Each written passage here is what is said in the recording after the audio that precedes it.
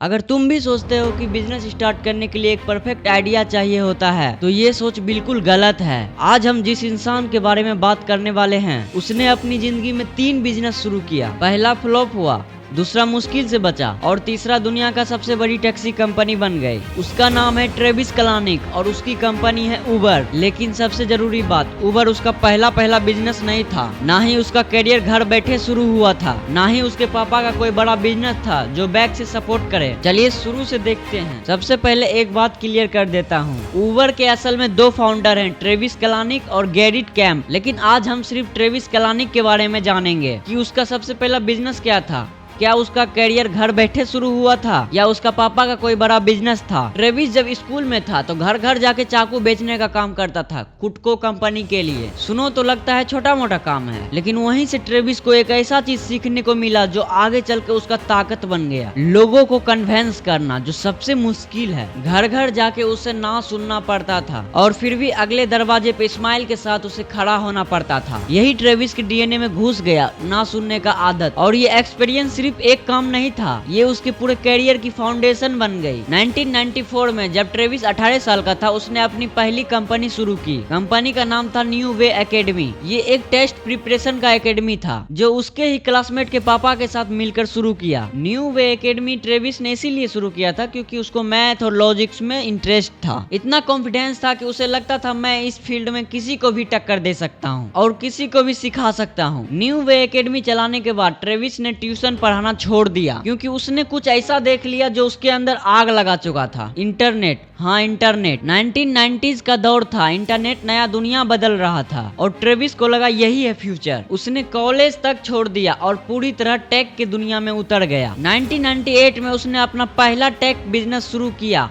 नाम था score. Score एक ऐसा वेबसाइट थी जहां लोग इंटरनेट पर एक दूसरे से MP3 गाने, मूवी, वीडियो सर्च करके बिल्कुल मुफ्त में डाउनलोड कर सकती थी। शुरू में सब कुछ अच्छा चल रहा था, यूजर बढ़ रहे थे, वेबसाइट फेमस हो रहा था। लेकिन फिर आया तूफान। म्यूजिक और फिल्म कंपनीज ने स्कोर पर केस ठोक दिया, कॉपीराइट इन्फ्रिंगमेंट का, क्योंकि लोग उसका कॉपीराइटेड कंटेंट परमिशन के बिना फ्री में शेयर कर रहे थे। केस इतना बड़ा था कि सुनकर होश उड़ जाए। कंपनी ने $250 मिलियन का लॉसूट ठोक दिया। स्कोर बच नहीं पाई। ईस्वी 2000 में वो बैंकक्रप्ट हो गई। ट्रेविस का पहला बिजनेस खत्म। यहाँ पर एक नॉर्मल इंसान हार मान लेता है, लेकिन ट्रेविस कलानिक नॉर्मल नहीं था। स्कोर के डूबने के 1 साल बाद ही 2001 में ट्रेविस ने अपने टीम की कुछ इंजीनियर के साथ मिलकर नया बिजनेस शुरू किया, रेड सोर्स। ये एक बड़ी टेक सॉफ्टवेयर कंपनी थी जिसका काम था इंटरनेट पर बड़ी बड़ी फाइल को सस्ती और तेजी में ट्रांसफर करना। बेसिकली स्कोर से सीखा हुआ सबक, इस बार बिना कॉपीराइट के लीगल तरीके से फाइल शेयर करना। लेकिन यहाँ भी रास्ता आसान नहीं था। कई सालों तक रेड सोर्स स्ट्रगल करती रही। पैसे की कमी,